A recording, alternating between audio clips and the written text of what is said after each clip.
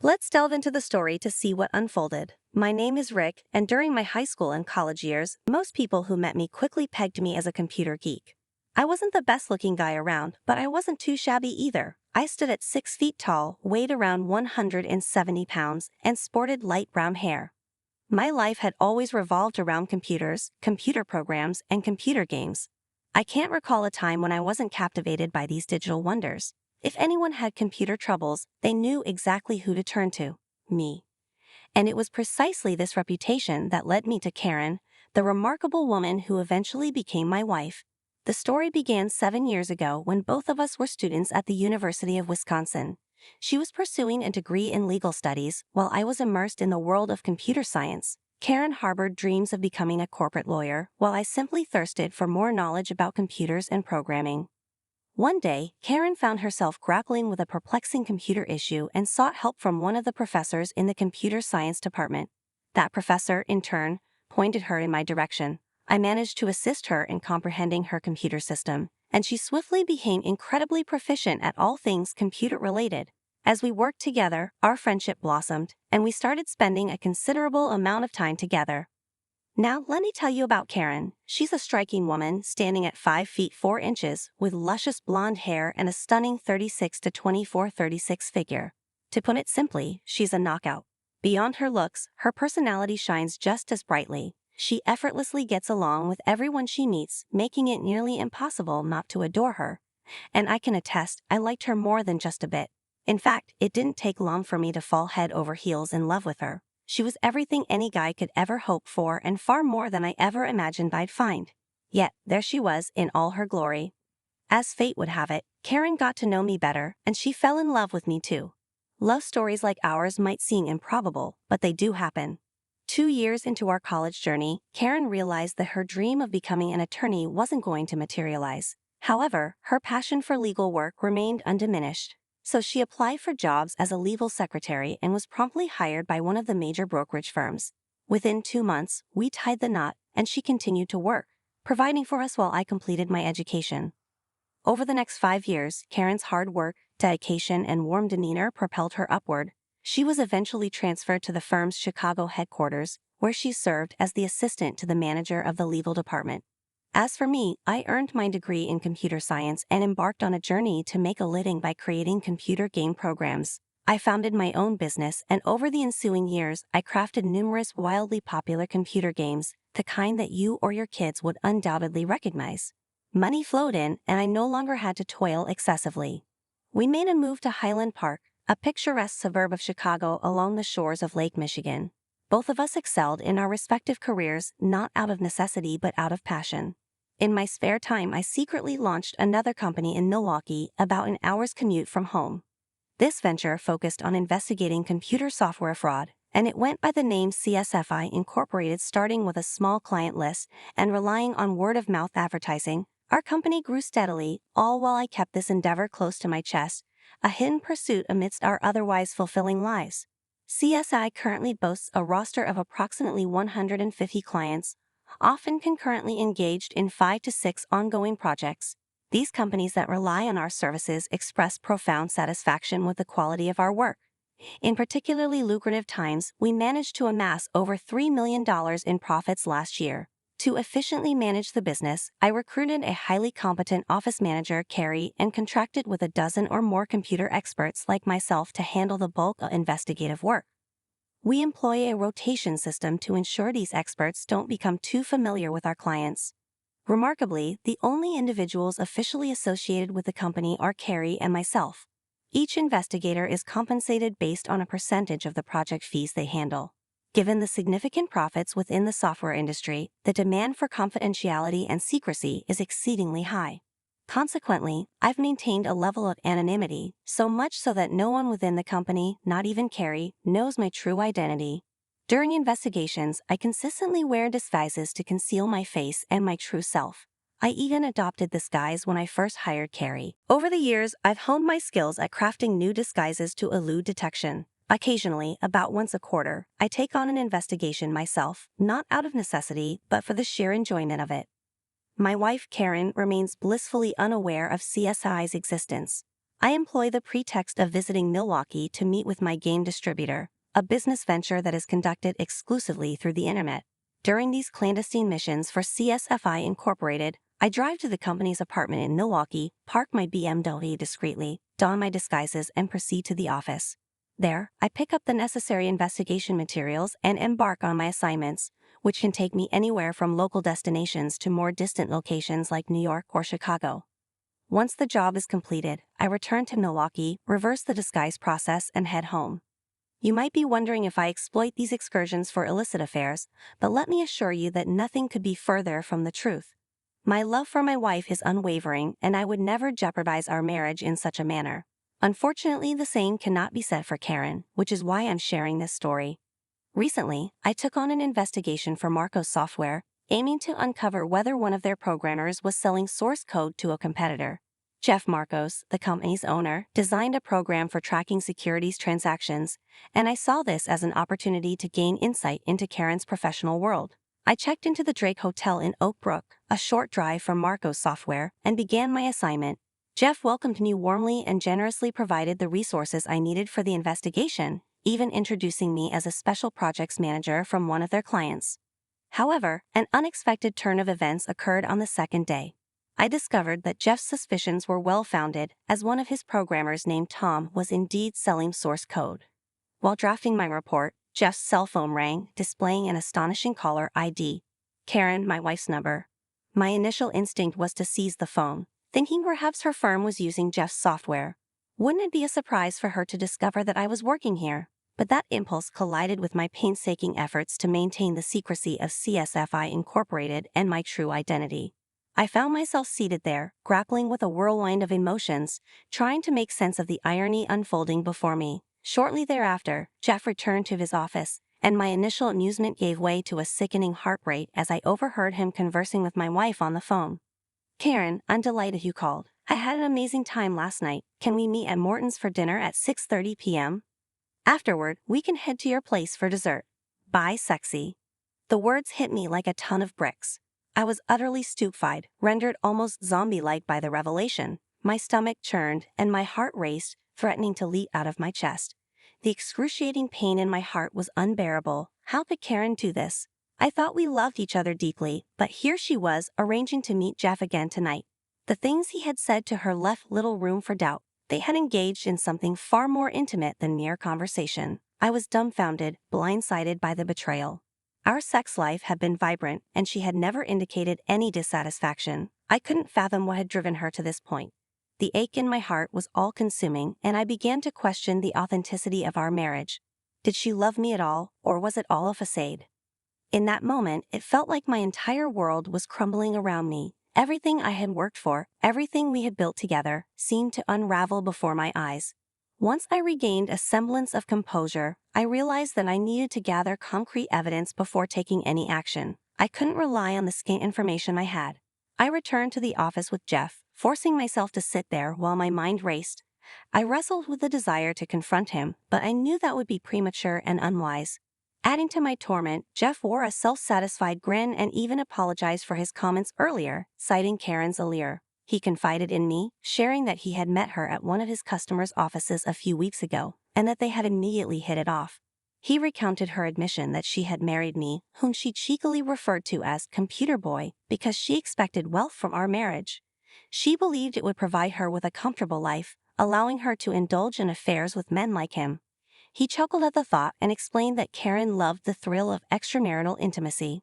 I listened, feeling like I was being torn apart, all while gathering crucial information without Jeff having the slightest clue who I truly was or what I intended to do. Without a doubt, it was clear that Karen was cheating on me, particularly given Jeff's computer boy reference. It appeared she had engaged in extramarital affairs throughout our marriage.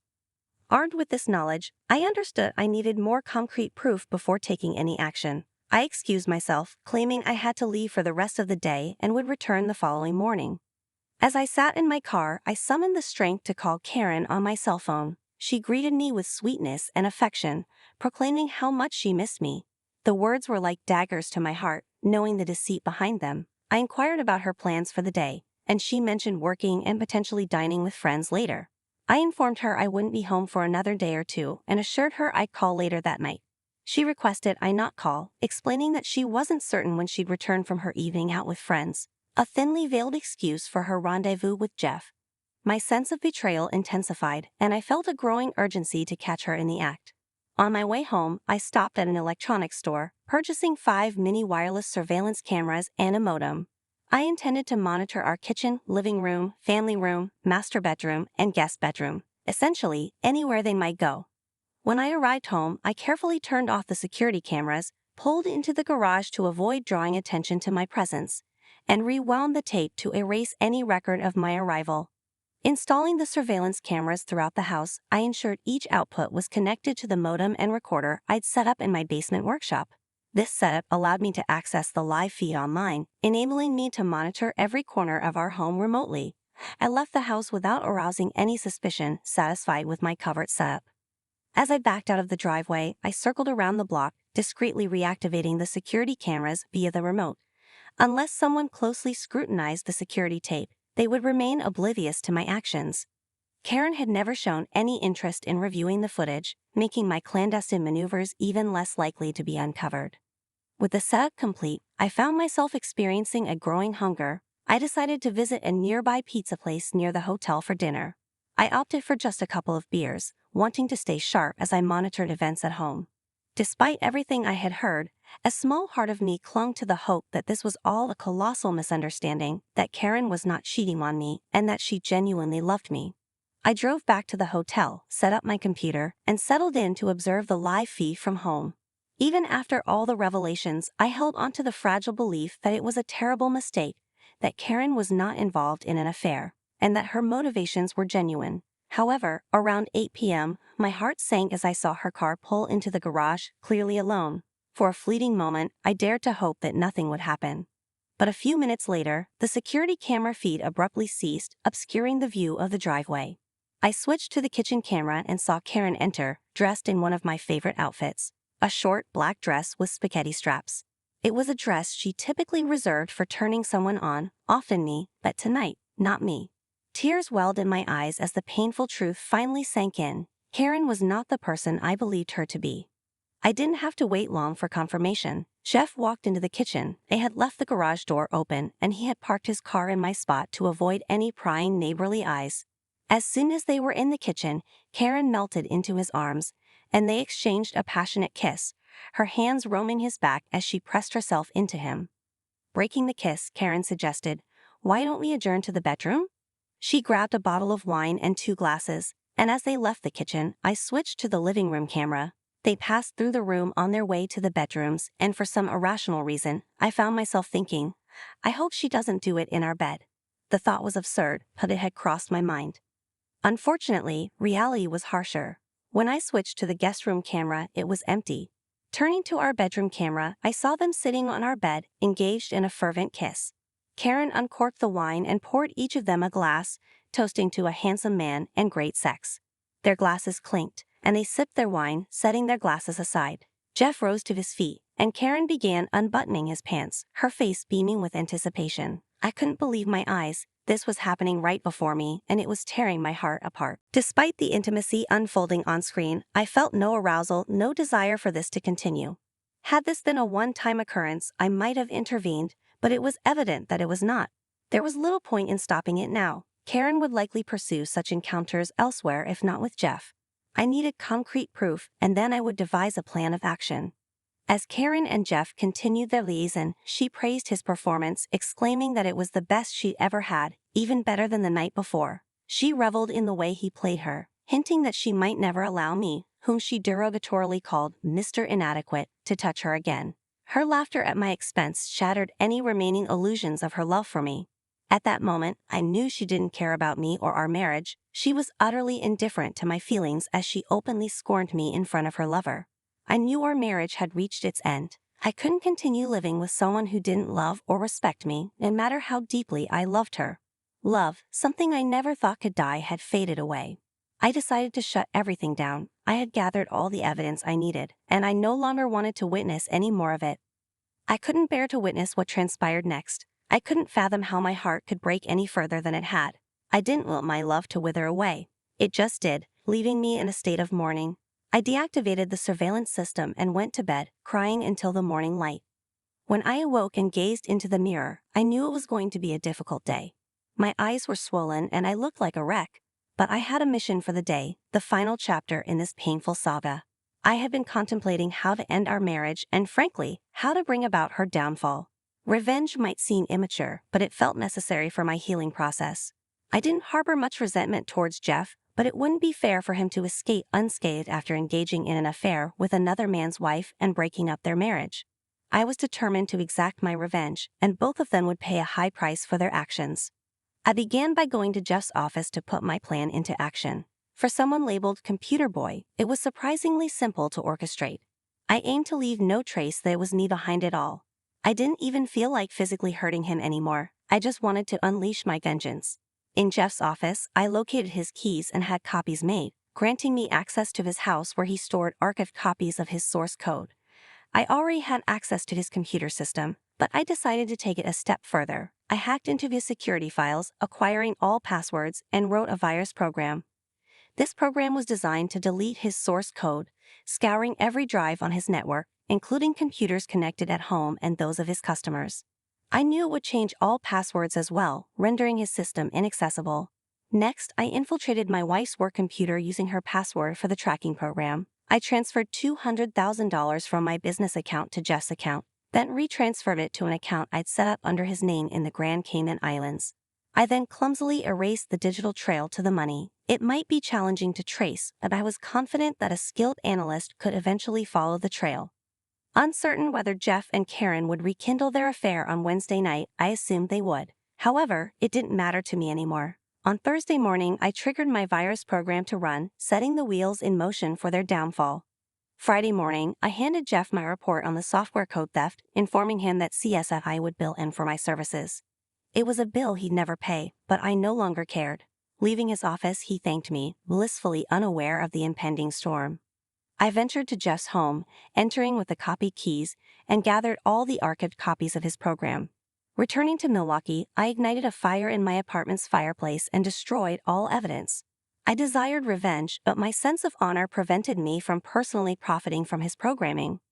On Thursday night, I waited, knowing that the storm was about to break. Friday morning, I stopped by the office to inform Carrie that my project on Marco's software was complete. I left knowing that Marco's software could be billed, despite the fact that it would never be paid. Upon returning home, I found Karen in tears. She had been sent home pending an investigation into securities fraud involving money transfers from our business account. I acted shocked and asked her for more details. She explained that money had been transferred to a Jeff Marcos, someone she had met briefly at the office a few weeks ago. She didn't know him well and had no idea what had occurred at Marco's software. Shockwaves rippled through the company at 9 a.m. when everything suddenly went dark. None of the programmers could access the system, Jeff included, and the phones rang incessantly as their customers struggled to use the tracking program. I didn't witness this, but I knew it was happening, just as I had foreseen. Later, I discovered that Jeff had fired Tom for stealing source code, and when everything went haywire, he pinned the blame on Tom too. Well, Tom wasn't exactly innocent, so he could bear the consequences as well. As a programmer, I firmly believe that those who tamper with source code should face penalties. The authorities traced the $200,000 to Jeff's account, and he feigned ignorance, accusing Karen of the act. Karen, in turn, denied any involvement and pointed fingers at Jeff.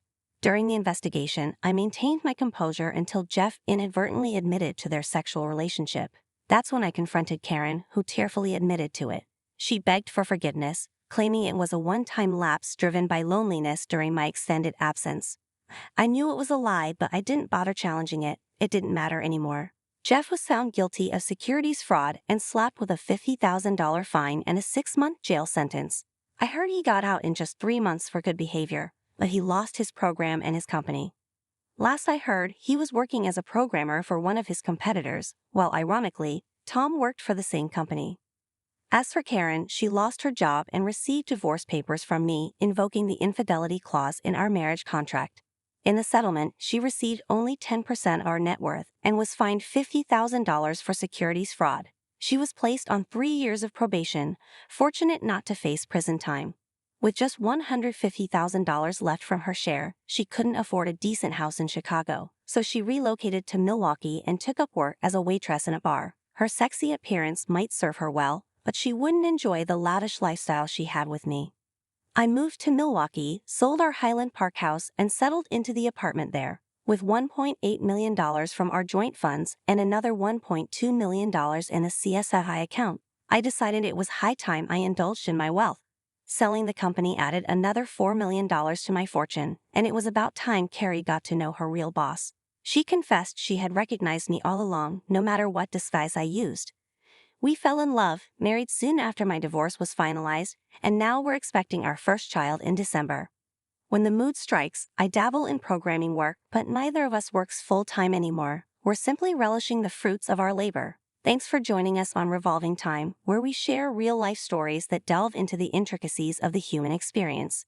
We hope these stories have offered you insights, inspiration, and a renewed appreciation for the resilience of the human spirit. Your support means the world to us, and we strive to create a community where we can learn and enjoy together. Your feedback is invaluable, and we welcome your comments and suggestions. Don't forget to subscribe to our channel to stay connected with our community and gain access to a treasure trove of inspiring content. Thank you for being part of our journey, and we look forward to sharing more compelling stories with you in the future.